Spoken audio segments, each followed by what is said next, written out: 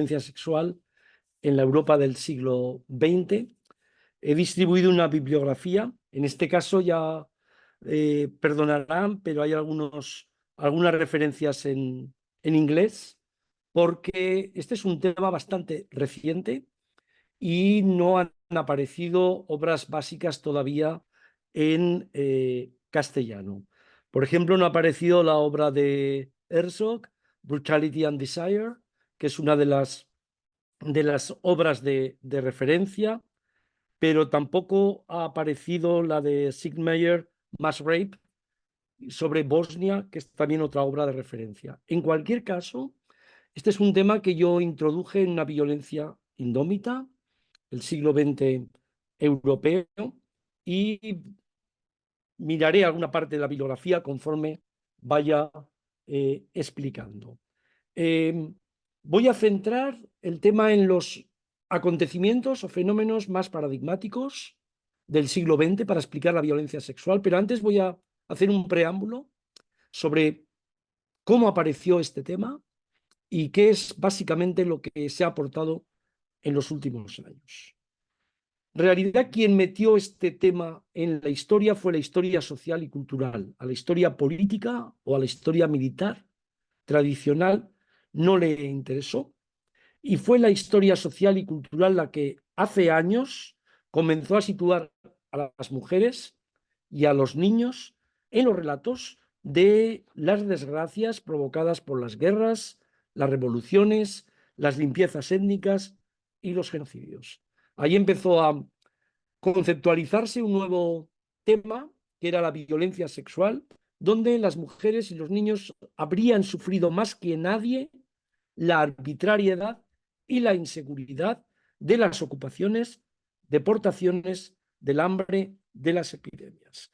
En realidad, los estudios sobre la violencia, al principio, comenzaron a incorporar desde los años 70 en las democracias las manifestaciones de violencia de género, agresión sexual, acoso sexual en el trabajo, en la esfera pública, en la esfera más íntima de los hogares, pero desde los años 80 los movimientos feministas pidieron la reforma de los códigos penales para ampliar la definición de lo que significaba violación. Se llamaba violencia íntima, de padres contra niños, de maridos contra mujeres, pero era una característica recurrente de la violencia familiar también en las sociedades democráticas y civilizadas. Cuando empezó a aparecer esta violencia, se rompió la imagen del hogar feliz, que era algo que había acompañado muchísimo a la sociedad de consumo después de la Segunda Guerra Mundial. Ahora bien, después de muchos años, esa violencia contra las mujeres, los niños, se vio como algo normal, al menos tolerable, eso es lo que había pasado muy a menudo, que no merecía censura o castigo. Y hasta hace poco, obligar a mantener relaciones sexuales a la propia mujer no se consideraba legalmente violación. Los primeros pasos para derogar la distinción entre violación fuera y dentro del matrimonio se dieron en la Unión Soviética en 1922, en Checoslovaquia en 1932 y ya después de la Segunda Guerra Mundial en Suecia en 1965. Aunque los mayores cambios en la actitud pública hacia la violencia sexual empezaron a darse en Estados Unidos y en Gran Bretaña. Desde este punto de vista, aparecieron temas sobre la sexualidad, tanto forzada como consensuada, que acompañaron a esos estudios. Pero hasta que no llegaron las violaciones masivas en los años 90 en Bosnia y Herzegovina, el subsiguiente reconocimiento internacional como crímenes de guerra, hasta ese momento no hubo una legitimidad y una urgencia ética para desarrollar la violencia sexual en todas las ocupaciones militares, en las colonias, en el genocidio armenio, en la Francia de Vichy, en la España de Franco o en la Italia de Mussolini. Este es un tema capital. hasta que no se reconoce en el Tribunal de La Haya la violencia sexual como crimen de guerra, hasta ese momento todos los verdugos que habían sido castigados, incluidos los del Holocausto, nunca habían ido a un tribunal por crímenes de violencia sexual. O sea que fueron a partir de las violaciones masivas en Bosnia en los años 90 que se dio este salto. Y a partir de ahí empezó una historiografía nueva, que no había tratado la violencia en términos generales, pero no había tratado en absoluto la violencia desde el punto de vista de lo que voy a hacer aquí. ¿Qué entiendo por violencia sexual? Tal y como la voy a aplicar en la historia. Incluye violación, mutilación, prostitución, rapado de pelo, matrimonios y embarazos forzados, pero en los episodios más extremos de deshumanización que voy a tratar aquí, de deshumanización de las víctimas, de brutalización de los verdugos, aparecieron formas organizadas y selectivas de consumar un exterminio de mujeres por ataques específicos hacia ellas. Todo empezó en las colonias. En las colonias, después del reparto de África, en los años 80 del siglo XIX, empezaron a aparecer los primeros episodios donde a las fuerzas indígenas que luchaban contra la colonización se les llevó a campos de concentración, se utilizó la represalia selectiva, se utilizaron leyes raciales discriminatorias, pero sobre todo empezó una guerra específica, una violencia específica contra las mujeres. En las guerras anteriores, convencionales, en el siglo XIX, que pueden ser muy mortales, las mujeres y los niños fueron también asesinados, por supuesto, en algunas ocasiones, pero no como empezó a pasar en las colonias, que fueron ya violaciones y asesinatos masivos. El primer punto donde se trató este tema, o el primer fenómeno, fue en la colonia de África Occidental por parte de Alemania y la actuación de las tropas alemanas contra los Herero, la tribu mayoritaria de allí. Estoy hablando de finales del siglo XIX, principios del siglo XX. Allí es donde los responsables de esas acciones dieron un salto, intentaron justificarlas, crearon campos de concentración para supervivientes y a las mujeres Herero fueron forzadas ellas a limpiar con cristales rotos la piel de los cráneos que después serán llevados a centros de investigación en Alemania. Es el origen de muchas cosas que pasaron después con el nazismo, pero donde en realidad empezaron a aparecer los episodios en Europa como un rebote de la violencia colonial fueron en las guerras balcánicas, las guerras que se produjeron en los Balcanes en el año 12, en el año 13, antes de la Primera Guerra Mondiale. Ahí es donde empieza... Proprio prima della guerra mondiale, da lì inizia proprio la sconfitta dell'impero turco-ottomano, che è un impero ingente, maestoso, che desplazamientos de población masiva, y ahí es donde los refugiados turcos en los Balcanes emprendieron contra los cristianos una violencia sin precedentes. Los armenios se convirtieron en el chivo expiatorio de todas las humillaciones sufridas, decían los turcos, y tenían que pagar por ellos. La gran masacre empezó en 1915, en plena Primera Guerra Mundial, es considerada el primer genocidio de la historia del siglo XX, pero las persecuciones violentas contra los armenios habían comenzado ya en los años 80 del siglo XIX. La violación no es una consecuencia natural de la guerra, como dice muchísima gente. Los conflictos armados crean un entorno con dinámicas específicas y excepcionales de violencia sexual. Y aunque la violencia sexual, en concreto la violación, ocurre también en periodos de paz, en espacios civiles cotidianos, la guerra disminuye la sensibilidad hacia el sufrimiento humano, intensifica el sentido de los hombres de derecho y de superioridad de una licencia social para violar fundamentalmente en grupo, de forma repetida y como espectáculo. Este es el punto de partida de la violencia sexual o la violación sistemática como un paso característico de estas guerras. Vayamos, en primer lugar, al genocidio armenio, para que vean el nivel o la jerarquía de esa violencia. Las primeras víctimas de la violencia en el exterminio de los cristianos armenios fueron exclusivamente, al principio, casi exclusivamente, hombres. Los 200.000 soldados que combatían en el ejército otomano. Estaban combatiendo en el propio ejército del Imperio Turco Otomano. Desde comienzos del 15 fueron desarmados y masacrados. En esa primera fase, los hombres y las mujeres fueron tratados de forma similar. Ambos fueron sometidos a mutilaciones sexuales, como rituales de humillación también a los hombres, como deshumanización conectados con los asesinatos, para mostrar el poder absoluto de los perpetradores y la impotencia de las víctimas. ¿Quiénes son los primeros que dan informes y testimonio sobre esto?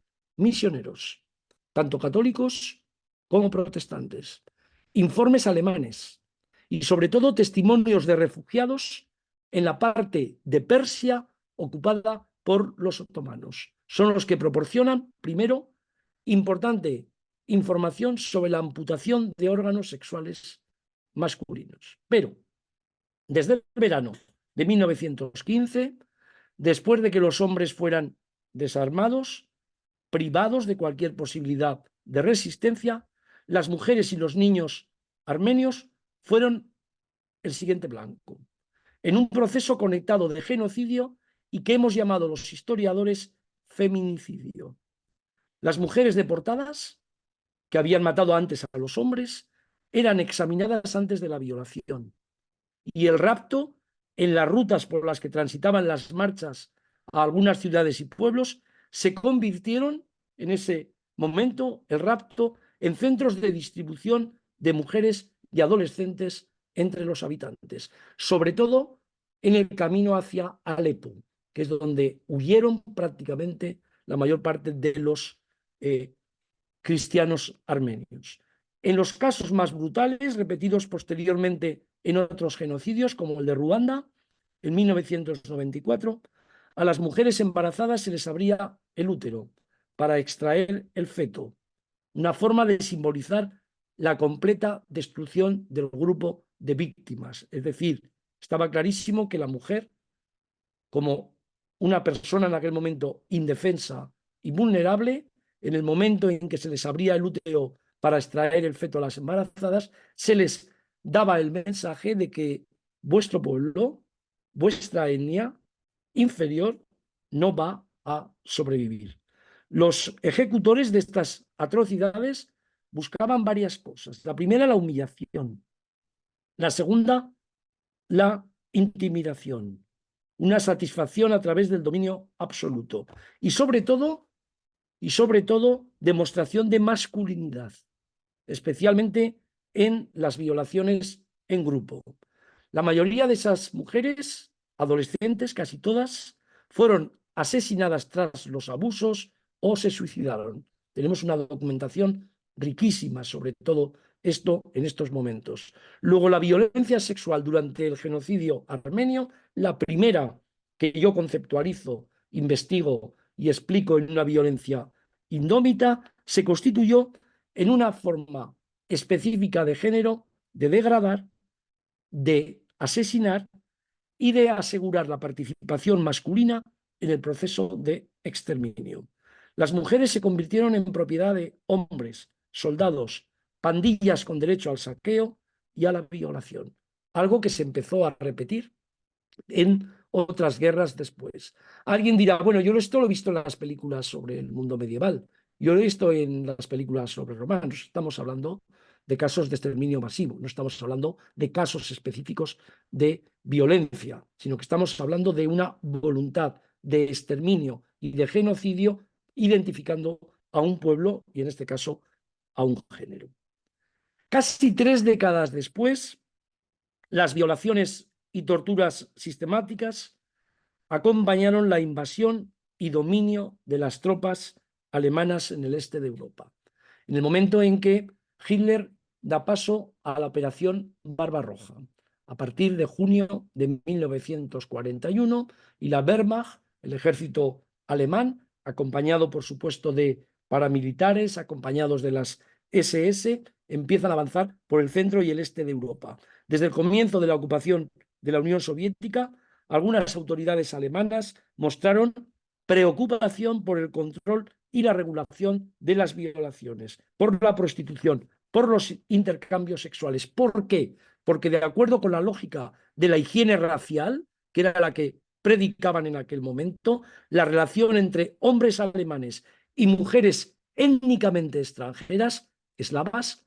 judías, podrían poner en peligro la salud y la vitalidad nacional. Hay un montón de información, pero generada esta información por el propio ejército alemán, que advierten sobre estos hechos.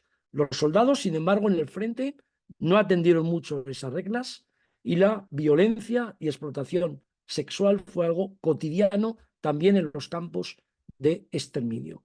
Me voy a detener poquito en esto porque ha sido muchísimo mejor estudiado, pero he mostrado esta conexión para ver el salto cualitativo, y además Hitler siempre dijo que él había aprendido mucho del genocidio armenio y de los masivos desplazamientos de población que había habido en los Balcanes en los años 20. ¿Qué quiere decir esto? Que la historia da lecciones, y da lecciones para bien, pero da lecciones también para aprender cómo sistematizar mejor el asesinato después.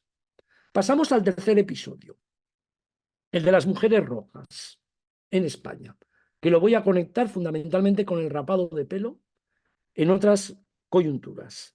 Rojas, individuas de dudosa moral, se les llamaba, que fueron asesinadas durante la Guerra Civil y la posguerra en España, sentenciadas a penas de prisión, víctimas de extorsiones e incautaciones de bienes, condenadas a la miseria y persecución cotidiana, muchas veces por ser hermanas, mujeres, madres o hijas de rojos, de personas que estaban siendo perseguidas.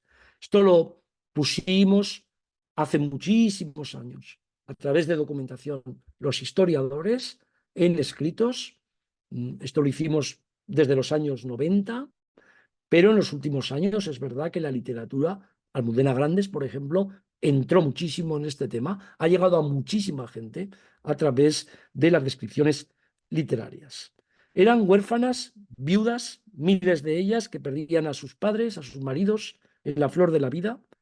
Sus vidas quedaban rotas, arruinadas, con ser familiares, el estigma de ser familiares de rojos muertos. En realidad, entre las diversas causas por las que se torturaba y asesinaba, podían estar la de tener estrechos vínculos familiares con los militantes de las organizaciones republicanas, o, esto es muy importante, es lo primero que creo que destaqué yo, por haber dado un paso al frente de lo que la Iglesia permitía, un paso más allá de lo que la Iglesia permitía, de lo que la gente de orden consideraban pertinente para ellas en ese momento. Aquí aparecen personas importantísimas. En Aragón tenemos a la María Domínguez, la primera maestra de la historia de España en los años 30, en Gallur, asesinada, pero tenemos también bastantes casos de maestras, maestras que han sido coaccionadas, algunas asesinadas y otras después, por supuesto, depuradas.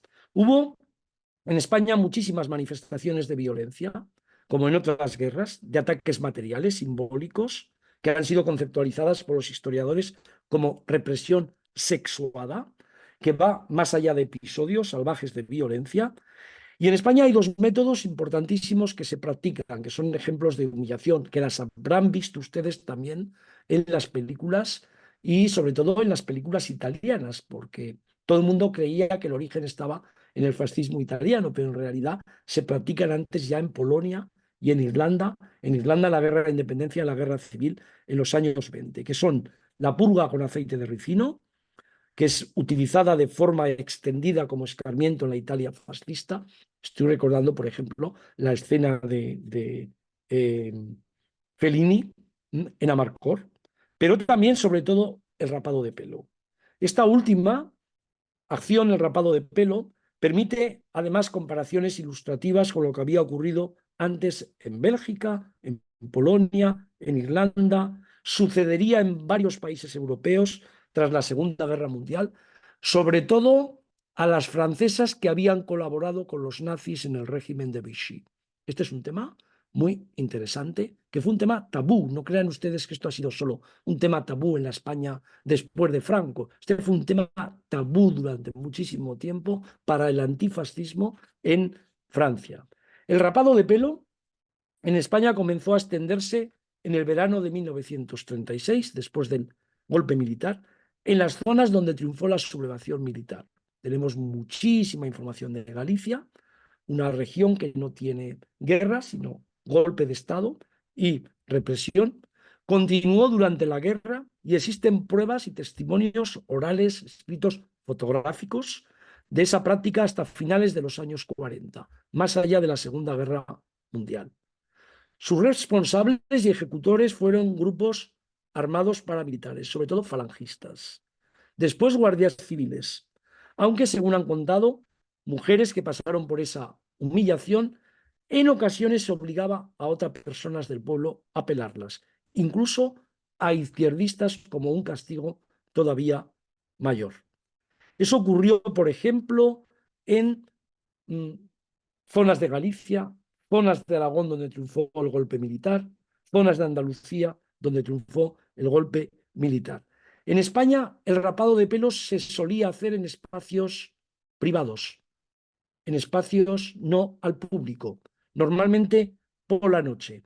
Y el escarnio venía al día siguiente, cuando a la pelada se le paseaba. El momento del paseo posterior, insisto, el pelado no es en público, o el rapado no es en público como pasa en otras coyunturas, lo voy a explicar después en el caso francés, sino el rapado era en casas privadas y se hacía público con escarnio al día siguiente en un paseo posterior, en que normalmente, habrán ustedes visto fotos también, se podía obligar a hacer el saludo fascista, gritar consignas o cantar el cara al sol.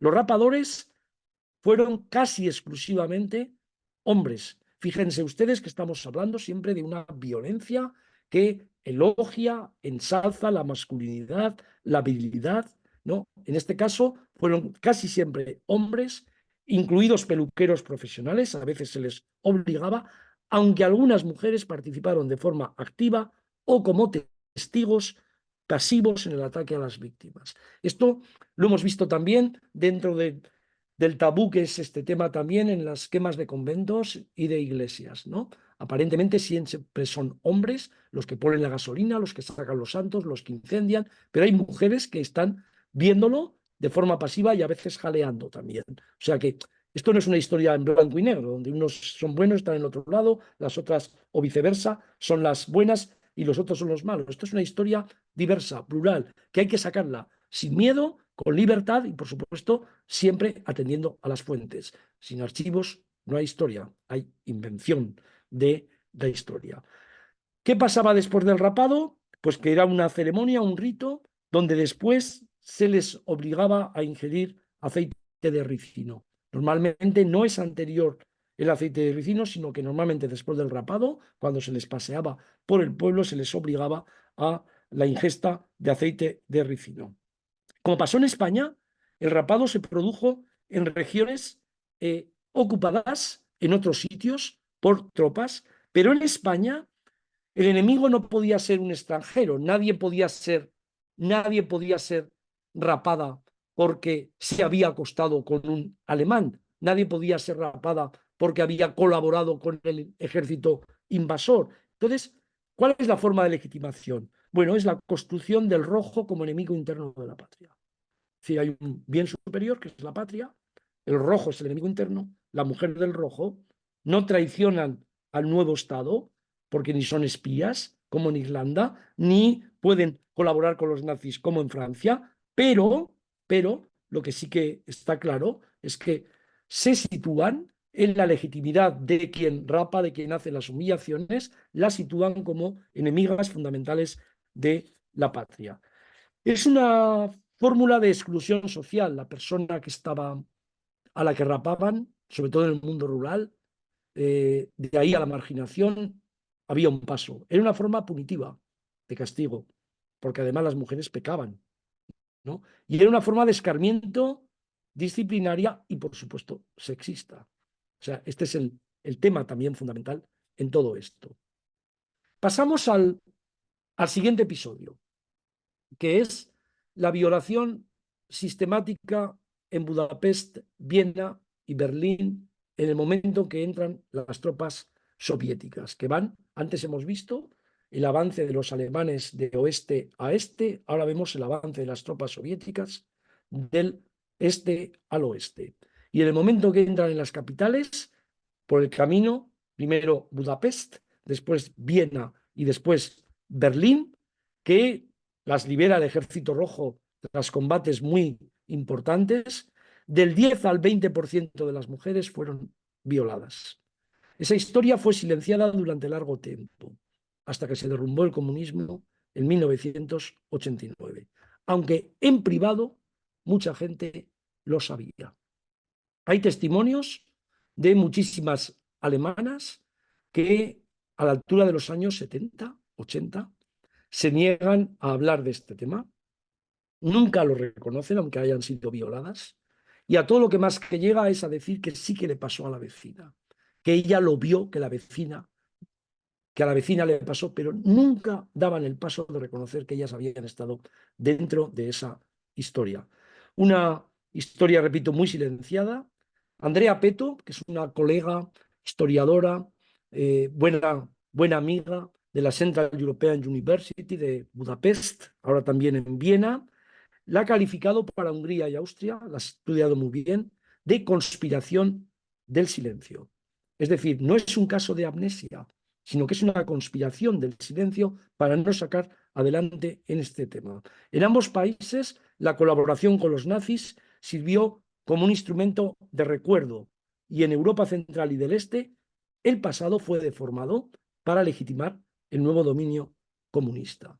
Quiere decir que sacado a la luz esta historiadora después de muchos años de silencio, costó muchísimo hacerla visible porque todos los actores de esa violencia sexual contra las mujeres, las víctimas, los agresores, los policías, los soldados, tenían un interés común en mantener el silencio sobre lo que había pasado. Esto le suena a muchísima gente que ha recuperado historias familiares que se habían mantenido, por supuesto, como un tema tabú. La mayor explosión de violencia sexual ocurrió en Alemania, donde se registraron violaciones desde la primera noche en que los soviéticos entraban en las diferentes ciudades. Después de 2 semanas de virulentos combates, con 500.000 de muertos y heridos, Berlín cayó y el Estado nazi quedó en ruinas. Mucha gente se suicidaba, mucha gente mataba a otra gente, y la toma de Berlín fue acompañada de violaciones de miles de mujeres, en ocasiones en presencia de niños. Anthony Vivor lo ha contado bastante difundido, porque no es la fuente principal, en Berlín, la caída, 1945, que es el primer libro de la biografía. Se trata muy bien en Brutality and Desire, y por supuesto en el libro, en el artículo que cito ahí de Andrea Petro, Memory and the Narrative of Rape, en Budapest, Viena, 1945. Lo que especifican estas fuentes es que la toma de Berlín fue acompañada, insisto, por violaciones y con niños, en presencia de niños viéndolo. ¿Dónde se hacían las violaciones? Primero en los búnkers, después en apartamentos y en casas. Las cifras más cercanas oscilan entre 100.000 y medio millón. Hay gente que da cifras de 2 millones, yo creo que entre 100.000 personas y medio millón. Pero más allá de la magnitud de las cifras, más allá de la derrota, de que el Tercer Reich fue acompañada, la derrota del Tercer Reich fue acompañada por violencia sexual, se trata de explicar por qué las violaciones constituyeron un elemento primordial de la historia social de la ocupación soviética frente a lo que ocurrió en las zonas occidentales donde entraron franceses, británicos y norteamericanos. Ahí, evidentemente, este es un tema que yo abordo en una violencia indómita. Ahí hay una parte de venganza de todo lo que ha sufrido en la violación y en la ocupación por parte de los nazis la Unión Soviética, pero hay también aspectos muy interesantes que los puso por primera vez Susan Brown Miller. Hay una autora que se llama Susan Brown como marrón, Miller como molinero, y ella tiene un libro que le recomiendo también. No lo he sacado aquí, a ver si lo encuentro.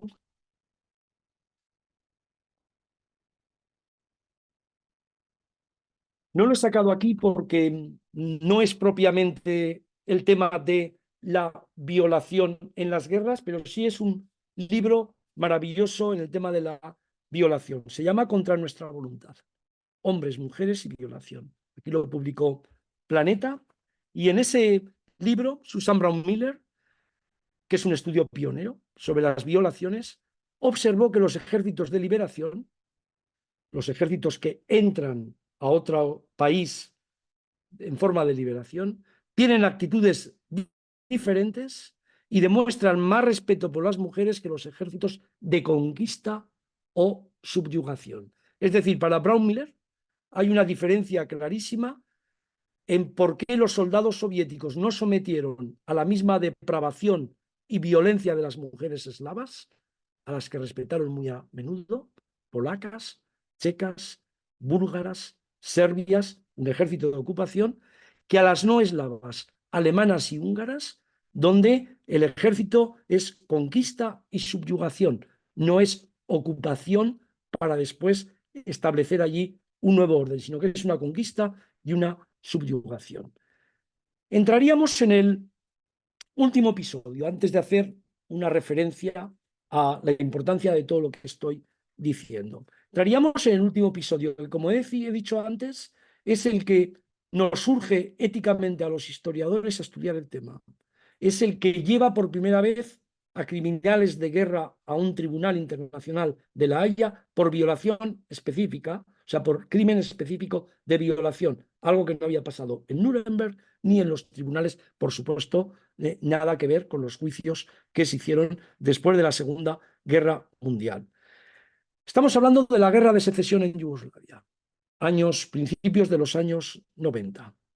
Hay una estimación bastante aceptada que se resume en 200.000 muertos, alrededor de la mitad musulmanes, un tercio de serbios y de 15 a 20% de croatas. La Comisión de Derechos Humanos de las Naciones Unidas encontró evidencia de 12.000 violaciones de mujeres, aunque nuevas investigaciones elevaron la cifra en Bosnia-Herzegovina a más de 20.000. Les voy a dar algunas cifras antes del tema de la violencia.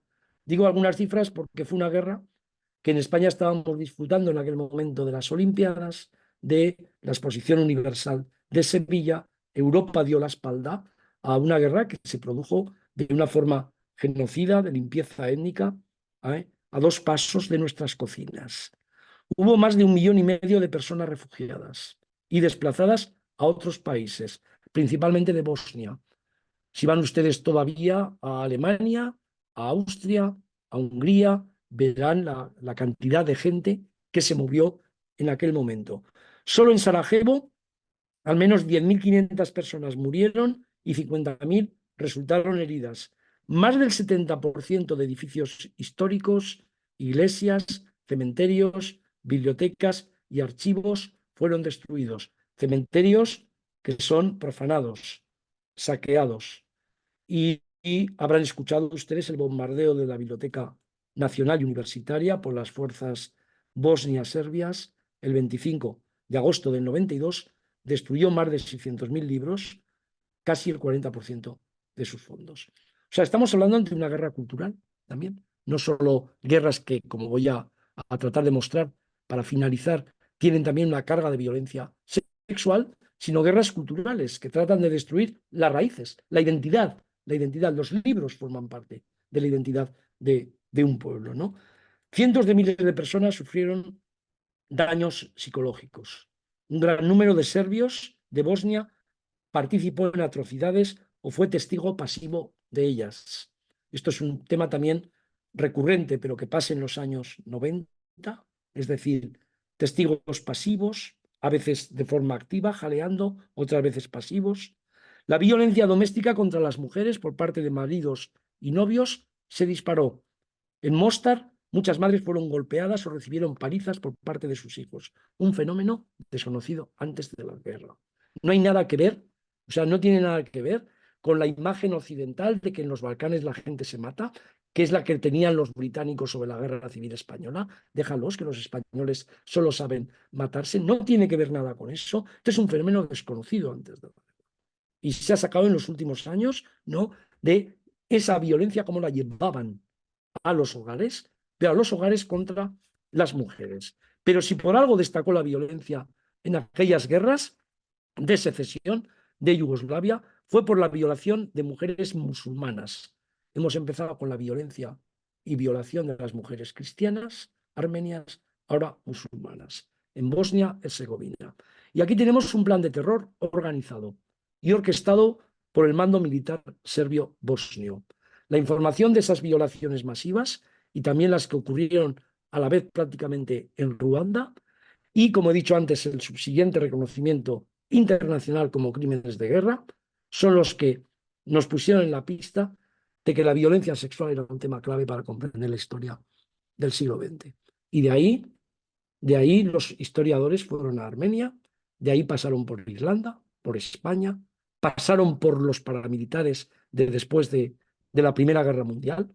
Algún día posiblemente ofreceré una conferencia sobre Rosa Luxemburgo, una mujer que era mujer, comunista y judía. Es decir, era la tríada básica de la persecución. Así acabó, por supuesto, con torturas sistemáticas y asesinada en enero de 1919. Las torturas y el asesinato acompañaron a estas violaciones masivas en Bosnia-Herzegovina, que solo tienen el objetivo de destruir a la comunidad musulmana. Esas violaciones fueron escenificadas en muchas ocasiones en público. Esto no está tan claro en otros momentos antes de lo que he dicho, en otros episodios. No fueron el resultado de episodios momentáneos, estallidos de ira o de emociones enloquecidas por la guerra, que es un argumento muy tranquilizador, pero que no dice absolutamente nada, sino que fueron el resultado de una política racional, planificada por la dirección política y militar serbia en Bosnia y en Bosnia-Herzegovina, como la violencia frente a las mujeres armenias había sido planificada por los turcos, por el grupo de jóvenes turcos, donde participan, por cierto, científicos, médicos y no solo soldados. Como los saqueos o ejecuciones que hemos visto también en otros sitios, la violación era un acto social. Subrayo esto, era un acto social que incluía a un número considerable de hombres. Los nacionalistas serbios eliminaron a los hombres musulmanes y violaron a las mujeres para impedir cualquier apariencia de vida normal en familia, en la comunidad. Es decir, es la forma de desarraigar, quitar la identidad. Estas comunidades no saben vivir, no pueden vivir con nosotros. ¿Cuál es la conclusión de todo esto para respetar el horario? Aunque hemos empezado hoy un poquito más tarde. Bueno, estos son pasados fracturados. Los hemos llamado traumáticos, los hemos llamado sucios. Yo prefiero el término de infames. Son pasados infames y todos los pasados infames tienen presentes divididos. Tienen presentes divididos donde la gente, dependiendo del partido o la opción política en la que está, piensa que tiene que trasladar sus opiniones políticas a estos hechos. Con lo cual las memorias se cruzan, lo vemos perfectamente en la guerra civil, lo estamos viendo en estos momentos en Aragón. No solo se cruzan, sino que una ley se deroga. La historia europea compartida es matizada. La gente no necesariamente dice que tiene una historia europea y se bloquea por las diferentes memorias nacionales. ¿Cuál es la opción frente a esto? Pues voy a acabar como acabo muchísimas veces. La primera opción es muy clara. Esto hay que llevarlo a los centros de secundaria y hay que llevarlo a las universidades. Segunda, hay que, de alguna forma, demandar, reclamar la financiación para este tipo de investigaciones. De tal forma que no haya un concurso abierto para conceder becas y este tipo de temas pues no se concedan. No se va a decir que no se concede por el tema, pero todos sabemos, evidentemente, que en algunos momentos hay consignas claras que mientras salen temas que no son infames como estos, que a estos temas normalmente se les bloquea la financiación. Y en tercer lugar, y muy importante, hay que difundir esto. Es decir, este tipo de conferencias, que los medios de comunicación entren en estos temas. A mí cuando veo en la actualidad el interés que hay por temas de acoso, de violación, de violencia llamada de género o doméstica, digo, bueno, esto es un resultado muy positivo. Pero ¿por qué hemos tardado tanto en incorporarlo esto a la historia? ¿Por qué la historia social, política, cultural tardó tanto tiempo? He dado las claves y acabo. Hubo en muchísimos casos no solo una amnesia, sino una conspiración del silencio, en palabras de Andrea Peto. ¿Por qué? Porque había demasiada gente interesada.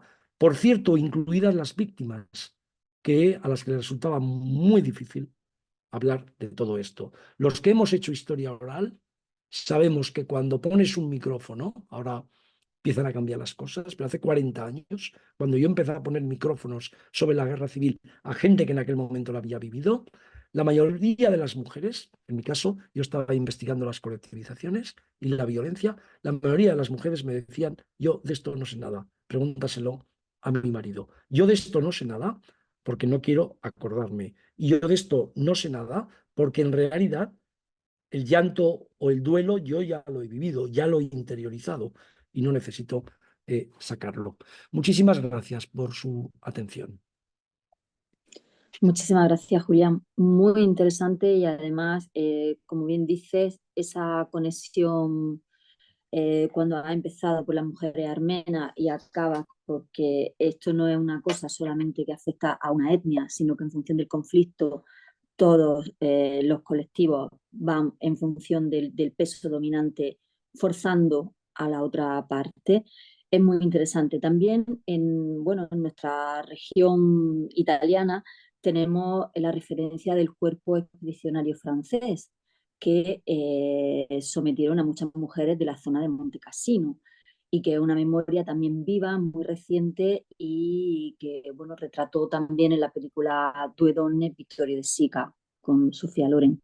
Y es un caso evidentemente de los muchos que tú podrías narrarnos y de las muchas circunstancias que llevan a ejercer una violencia eh, enfocada al exterminio, enfocada a una reeducación de la sociedad, ¿no?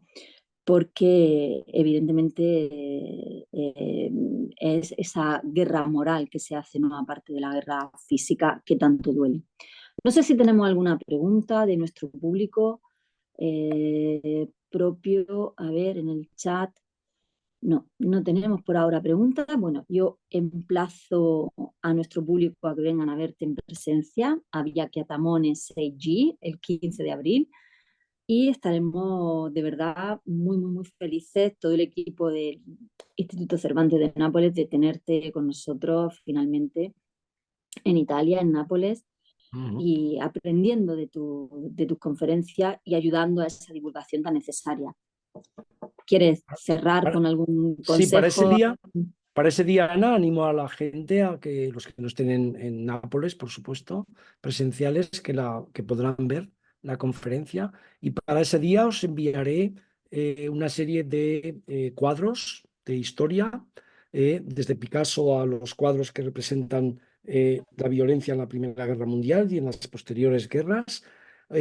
Os enviaré a propósito de Guernica 2 o 3 cortes de vídeos para que los podamos ver. Es decir, va a ser una conferencia diferente porque voy a interactuar con medios audiovisuales para que la gente de allí, pero lo van a poder ver, me imagino, la otra gente, vea lo que es también una clase de historia diferente a una mera conferencia online. O sea que espero que tengamos una buena jornada y yo estaré encantado de estar en el Será, de Nápoles desde será un Zaragoza. placer y aprenderemos mucho como con todas estas conferencias que nos ayudan a tener esa mirada crítica tan necesaria.